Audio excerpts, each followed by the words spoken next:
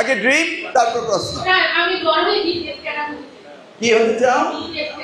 BCS cadre. ঠিক আছে, এরপর প্রশ্ন করো। স্যার, আপনি যদি ভবিষ্যতে সিলেক্টেড হন তাহলে শিক্ষা ব্যবস্থা সংস্কার করার জন্য প্রধানত কোন কোন বিষয় নিয়ে কাজ করবেন বা মূলত কোন কোন বিষয়ের প্রতি আপনি মনোযোগ দিবেন? ওয়েল, তুমি একটা বিরাট প্রশ্ন করেছো। প্রথমেই হচ্ছে আমাদের শিক্ষা ব্যবস্থার বিগত দিনগুলোতে যে ক্ষত রয়েছে, এই ক্ষতগুলোকে আগে ঘাড় মেডিসিন দিয়ে শুকানো, অর্থাৎ তোমাদের কারিকুলাম হতে শুরু করা এবং শিক্ষা পদ্ধতি যেভাবে আমি নিয়ে যাচ্ছিলাম, অর্থাৎ কারিগরি শিক্ষা প্রত্যেকের পাশে।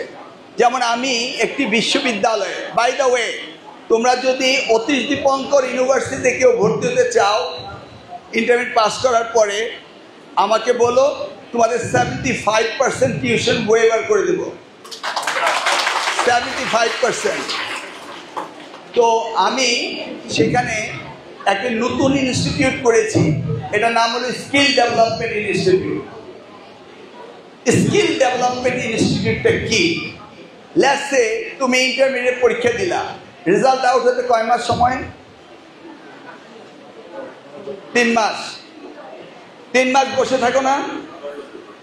এই 3 মাসে তোমাকে একটা কোর্স আমরা শেখাবো। ইদার ইংলিশ হতে পারে, যদি কোরিয়ান ল্যাঙ্গুয়েজ শিখো বিদেশ যেতে পারবা, জাপানে যেতে পারবা, ফ্রান্স ল্যাঙ্গুয়েজ শিখলে ক্যানাডা যেতে পারবা, এটা ল্যাঙ্গুয়েজ হতে পারে, বা তোমার কম্পিউটার ছোটখাটো প্রোগ্রাম হতে পারে। ইউ সি, এই 3 মাসকে আমি কাজে লাগাতে চাই। তুমি অনার্স পরীক্ষা দিলে মাস্টার ডিগ্রির জন্য অপেক্ষা করছো, সেই সময় তোমাকে আমি কাজে লাগাতে চাই।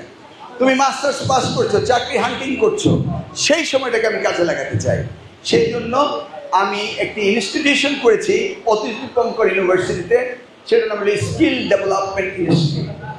অর্থাৎ তোমার জীবনের প্রত্যেকটি সময়কে কাজে লাগাতে হবে। This is the time. এখন কিন্তু কেউ গল্প করা, আড্ডা মারার সময় না। আড্ডা মারা, গল্প করা, ওই টিকটক দেখা, ফেসবুকে ননসেন্স সময়। ফেসবুক কিন্তু 2টা সময়, একটা হলো ননসেন্স সময়, একটা হলো গুড সময়। ভালো সময়ে ভালো জিনিসকে দেখা, শিক্ষণীয় কিছু দেখা। আমি কিন্তু 24 আওয়ার্স ঘুম ছাড়া কাজ করি সারাক্ষণ। আমি যদি ফেসবুকেও যাই, একটা এডুকেশনাল কিছু দেখবো।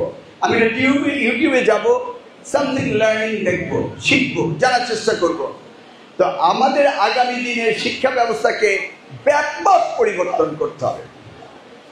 সেই জায়গায় প্রথম যেটা হচ্ছে, সেটা হলো আমাদের প্রয়োজনের সাথে সামঞ্জস্য রেখে এবং স্কিল ডেভেলপমেন্ট, এই দুইটাকে প্যারালেলি এগোতে হবে। কারণ আমরা সকলকেই হায়ার এডুকেশন দিয়ে কোনো লাভ নেই। সকলকে কি মাস্টারি করবা? হায়ার এডুকেশন মানে কি? মাস্টারি করা, নাথিং এলস। তাহলে তোমাদেরকে সেই জায়গায় যেতে হবে। তুমি বললে বিসিএস হবে, কেউ বলে ইঞ্জিনিয়ার হবে, কেউ ডাক্তার হবে, এভরিথিং উই নিড। বুঝতে পেরেছ? কিন্তু বিসিএস এ যাওয়া অনেক ক্ষেত্রেই যারা অতি মেধাবী তাদের জন্য কোনো উপকারী না। কারণ তোমার মেধার ব্যবহার সেখানে হয় না, সেখানে সিস্টেম এগিয়ে নিয়ে যায়। তুমি চাকরিতে বড় হচ্ছ, কিন্তু মেধার প্র্যাকটিসটা খুব কম সেখানে হয়, কারণ সিস্টেমের ভিতর দিয়ে তারা যায়। However it is a very prestigious. এখন তো আর কোটা নেই, বুঝতে পারছো? অত্যন্ত দুর্ভাগ্য বাংলাদেশ। যারা পরীক্ষা পাস করে না তারা কোটায় পাস করে, নাকি কি সাংবাদিক ভাইয়েরা? পরীক্ষায় পাস করে না, কোটায় পাস করে। এখন রাজনীতিতেও কিন্তু কোটা সিস্টেম শুরু হয়ে গিয়েছে।